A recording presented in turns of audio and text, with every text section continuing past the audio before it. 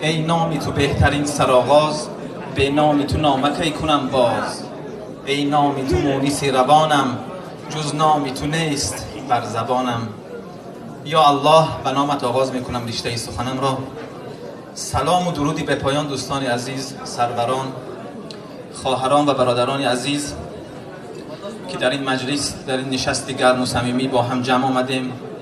برای ما باعث افتخار است که ما را به این محفل دعوت کردید و با هم داریم فیض میبریم. وقتی گرانبهای شما را زیاد نمیگیرم، میخواستم چون این محفل و مناسبت شهیدان عزیزمان هست و وطنمان، سرزمینمان بدخشان، میخواستم شعر را برای شما قرائت بکنم. امیدوارم که مورد پسند شما قرار بگیرد. اسم شعر هست پامیر و نکته را میخواستم در اینجا اشاره بکنم که کلمه پامیر، واژه پامیر، مقصدی من از پامیر کل مردمی که در این سرزمین سکونت و زندگی دارند را مقصدی من همین است، یعنی از مرغاب گرفته تا درواز. و نکته دوم این که این شعر در جواب به اون دشمنانی هست که بین ما و شما تفریقه می اندازند و حکومت میکنند. اگر پامیر به جز ویران سرا نیست، من این ویران سرا را دوست دارم. اگر تاریخ ما افسانه رنگ است، من این افسانه ها را دوست دارم. نوای نای ما گر جانگداز است، من این نای و نوا را دوست دارم. به شوق خار صحراهای خشکش، من این فرسوده پا را دوست دارم. من این دلکش زمین را خواهم از جان، من این دلکش زمین را خواهم از جان. من این روشن سما را دوست دارم. اگر بر من ز پامیری رود زور، من این زور آزما را دوست دارم. اگر آلوده دامانت، اگر پاک، من ای مردم شما را دوست دارم. تشکر زیاد.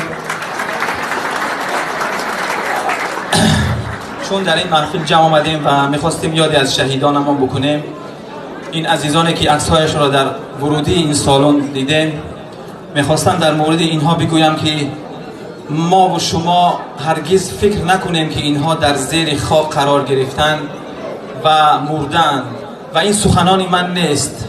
این را برای ما و شما خداوند در کتاب مقدسش قرآن، در سوره آل عمران آیه 169 خداوند به پیامبر عزیزمان میفرماید: اعوذ بالله من الشیطان الرجیم، بسم الله الرحمن الرحیم، ولا تحسبن الذين قتلوا في سبيل الله امواتا بل احیاء عند ربهم یرزقون. صدق الله العلی العظیم. در ترجمه این آیه خداوند برای پیامبر گرامیش میفرماید: ای پیامبر، هرگیز مپندار آنانی که در راه خدا کشته شدند مردند، بلکه آنان زنده هستند و در نزد خدای خود رزق و روزی میبینند. وظیفه من و شما این است که یاد و خاطره این عزیزان را همیشه در قلبمان نگه داریم. اینها جانشان را به خاطر حق گفتن، به خاطر وطنشان فدا کردند. شهیدان دعا داشتند، ادعا نداشتند. نیایش داشتند، نمایش نداشتند. حیا داشتند، ریا نداشتند. رسم داشتند، اسم نداشتند.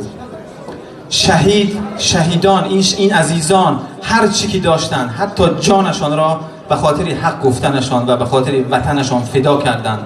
حتی اون تیرهایی که واردی پیکرشان شدند از بدنشان خون نوشیدند.